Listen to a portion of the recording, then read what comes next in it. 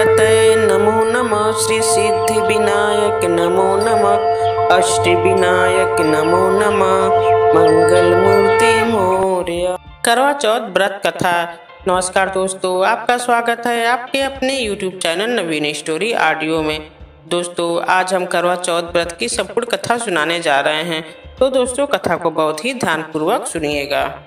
दोस्तों, करवा चौथ व्रत कार्तिक मास के कृष्ण पक्ष की चतुर्थी तिथि के दिन किया जाता है। दोस्तों, ये कहानी एक बहन और 7 भाई की है। एक परिवार में 7 भाई और एक बहन थी। सभी भाई अपनी बहन से बहुत प्यार करते थे और हमेशा एक साथ बैठकर खाना खाते थे।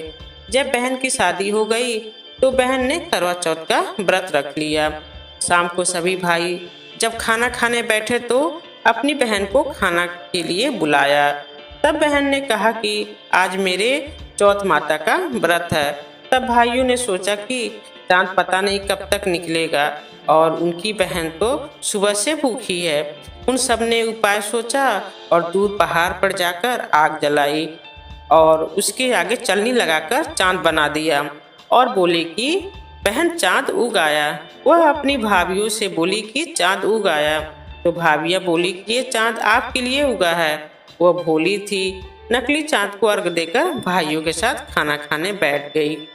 उसने जैसे ही पहला निवाला तोड़ा तो छींक आ जाती है, दूसरा निवाला तोड़ा तो उसमें बाल निकल आता है और तीसरा निवाला तोड़ने पर उसके ससुराल से बुलावा आ जाता है कि अपनी बेटी को तुरंत भेजो। जब माँ ने अपनी बेटी को विदा करने के लिए कपड़ों का बक्सा खोला तो उसमें सबसे पहले काला कपड़ा निकला।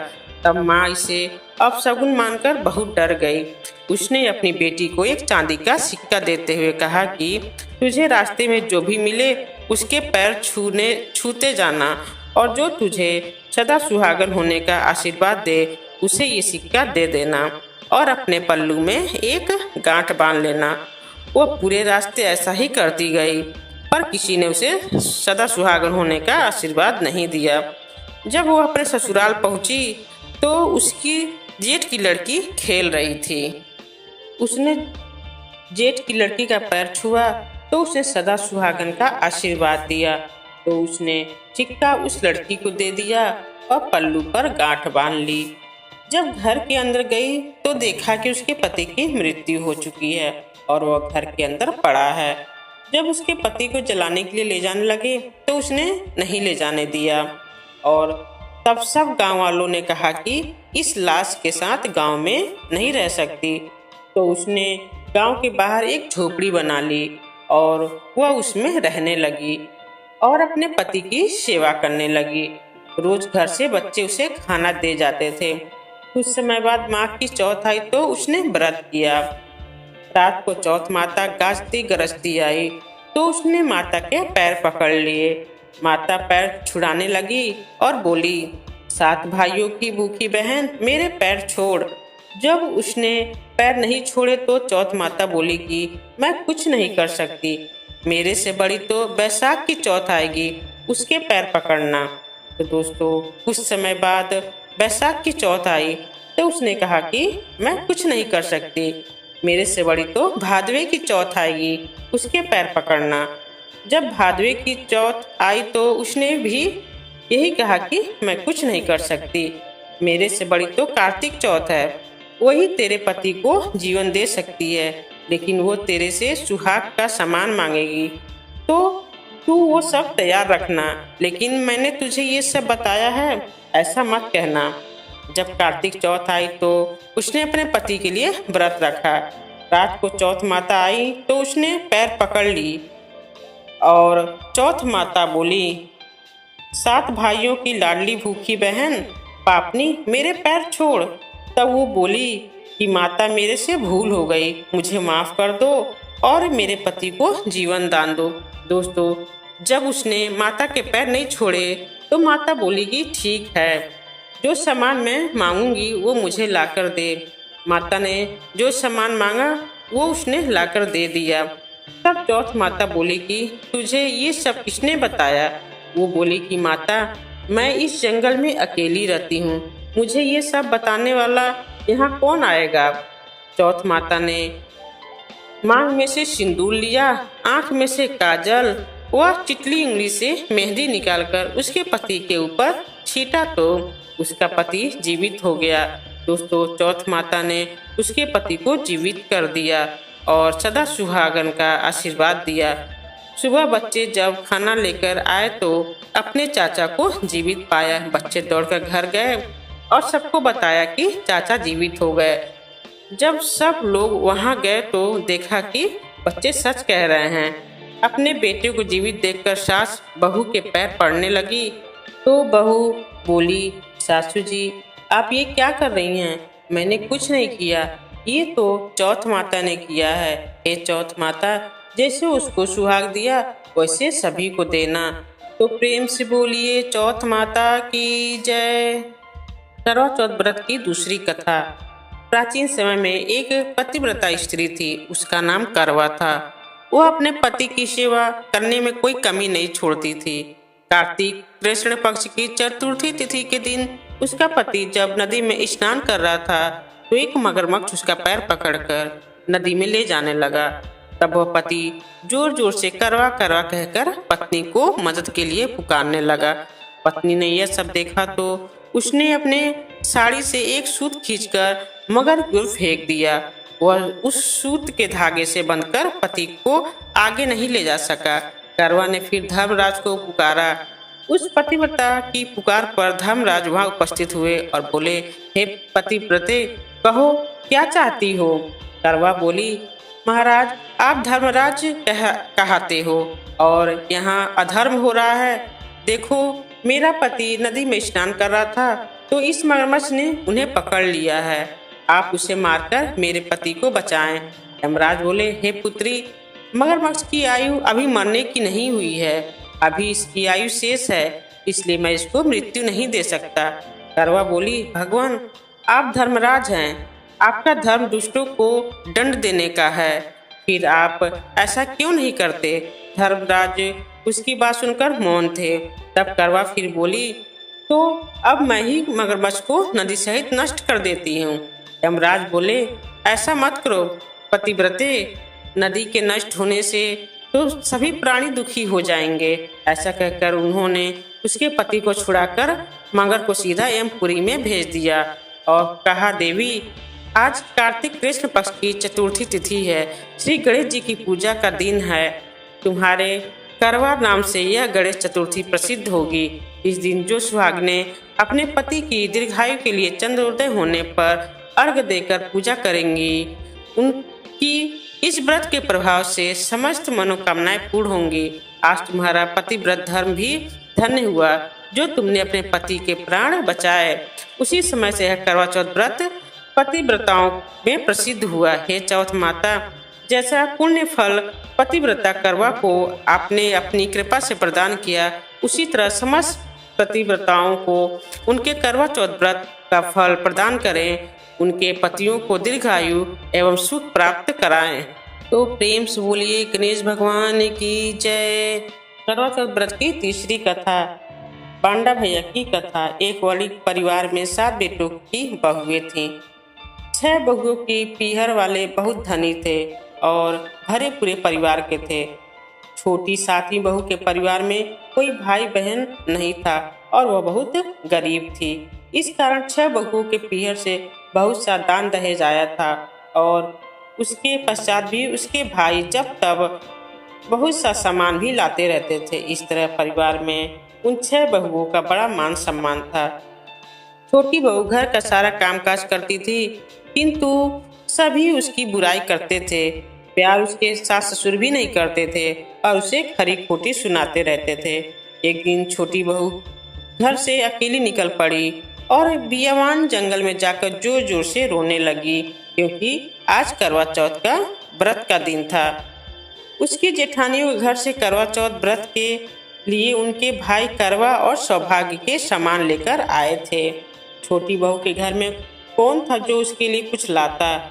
इसी वजह से वह दुखी होकर जंगल में रोती हुई विचरने लगी। एक नाग उसके रोने को सुन रहा था। वह अपने बिल में से निकलकर उसके सामने आया और मनुष्यों की बोली में पूछने लगा, बहन, तुम क्यों रो रही हो? आज तो करवा चौथ का व्रत का दिन है, हंसी खुशी व्रत करो। छोटी बहू पहले तो नाग को देखकर डर गई, फिर साहस करके बोली, आज करवा चौथ व्रत का दिन है।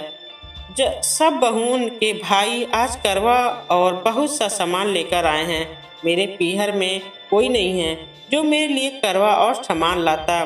काश मेरा भी कोई भाई होता तो मेरे लिए करवा लाता। यह सुन नाग को दया आ गई और बोला, बेटी तुम अपने घर जाओ, शायद तुम्हारा कोई मुंह बोला भाई घर पर करवा लेकर आए। यह सुन छोटी बहू घर आकर संतोष से सब कामों में लग गई। कुछ देर बाद एक मनुष्य आया और छोटी बहू की सास से बोला, मैं तुम्हारी छोटी बहू का भाई हूँ। उसके बचपन में ही मैं बाहर जाकर रहने लगा था, अब घर आया हूँ। आज करवा चौथ है, मैं उसके लिए करवा और सुहाग की पिटारी और कपड़ा लाया हूँ।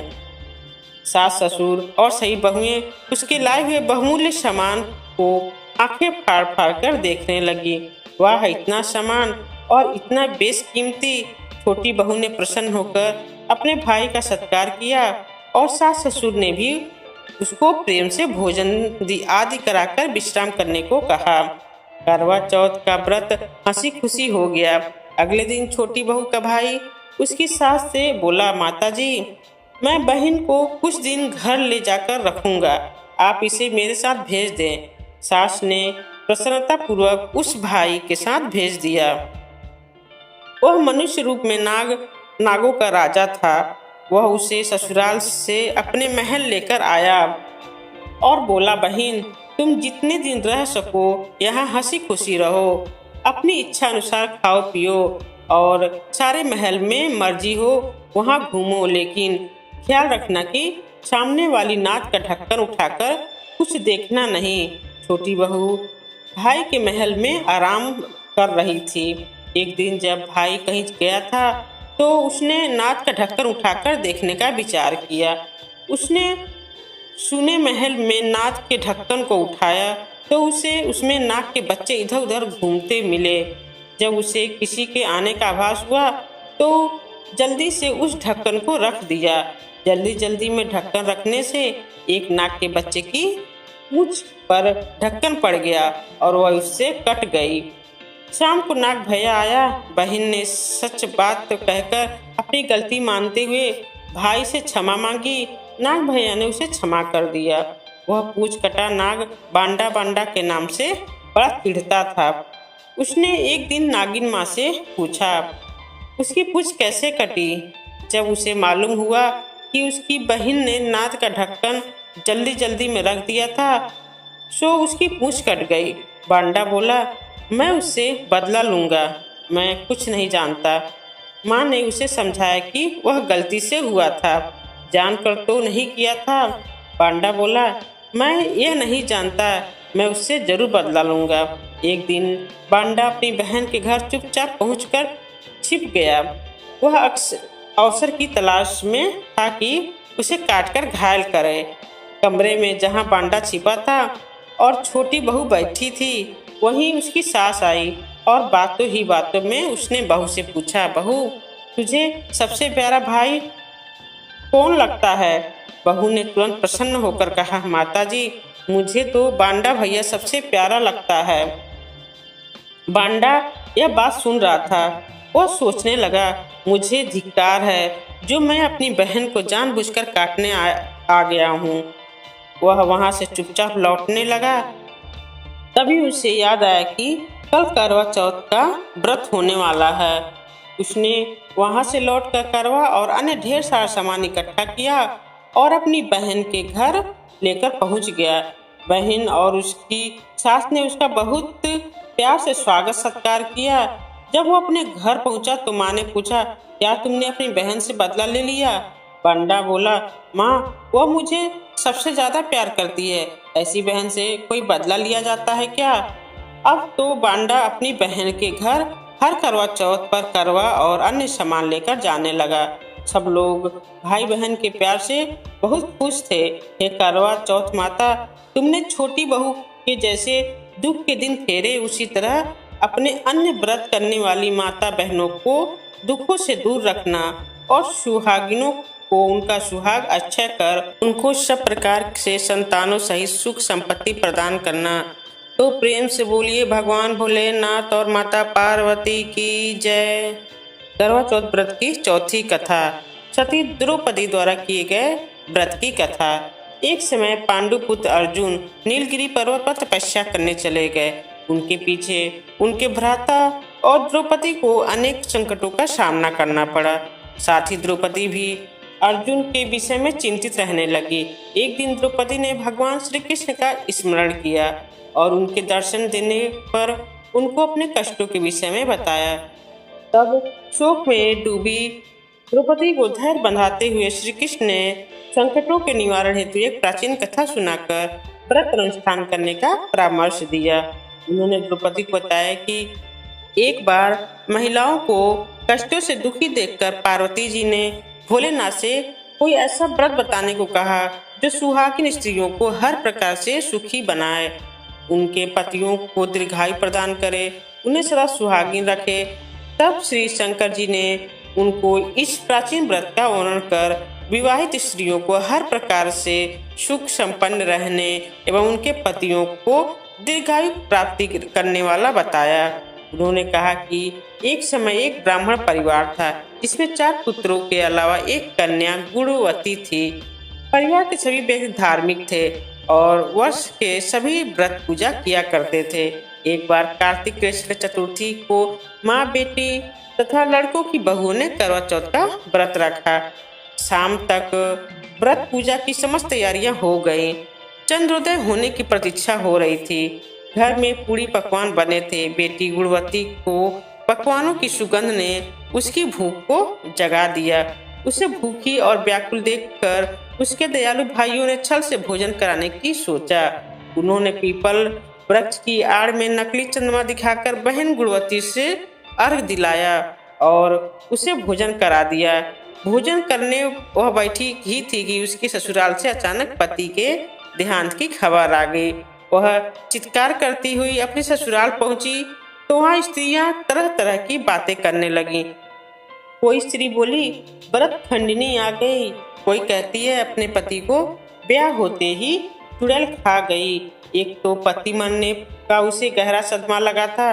दूसरे स्त्रियों की ऐसी तीखी बातों से उसका मन इतना विह्वल हो गया कि वह धरती पर पछाड़ खा खा कर रोने लगी। हाय, मैं सचमुच ही राक्षसी हूँ, मैंने अपने पति को खाया। सचमुच ही राक्षसी हूँ, मैंने अपने पति को खाया। हाय, मैं इतनी भूखी थी कि मैंने भोजन नहीं अपने पति को खाकर भूख बुझाई। इस तरह विलाप करती वह गुणवती अपने पति के साथ सती होने के लिए भागी भागी शमशान पहुंच गई और चिता में कूदना ही चाहती थी कि चौथ माता ने उसे रोक लिया और बोली, बेटी तुम्हारी भूल नहीं हुई है। तुम्हें भाइयों ने भुलाव में डाल दिया था। देख, तेरा पति अब जीवित हो उठा है। तुम घर जाकर उसकी प्रतीक्षा करो। गुणवती घर पहुंची तो उसका पति वहां बैठा मिला। घर में चारों ओर खुशियां छाई थी। स्त्रियां कहने लगी, गुणवती का पतिव्रत धन्य और सत्य है। तब गुणवती सहित सब स्त्रियों ने अगली करवा चौथ आने पर व्रत का विधि पूर्वक पालन करने का निश्चय किया। कार्तिक कृष्ण पक्ष में जब करवा चौथ आई तो गुणवती ने सब भांति विधि पूर्वक व्रत किया। श्री कृष्ण जी बोले, हे द्रौपदी, तुम भी इस व्रत को करके अपने समस्त संकट को दूर कर सकोगी। यह कार्तिक मास अगला ही मास है। तुम करवा चौथ व्रत को विधि पूर्वक करोगी तो अपने को सभी संकटों से मुक्त पाओगी। तो प्रेम से बोलिए भगवान भोलेनाथ और चौथ माता की जय। दोस्तों, कहानी सुनने के बाद चैनल को सब्सक्राइब करना बिल्कुल न भूलें और वीडियो को लाइक शेयर करें और कमेंट बॉक्स में जय माता दी जरूर लिखें। धन्यवाद दोस्तों।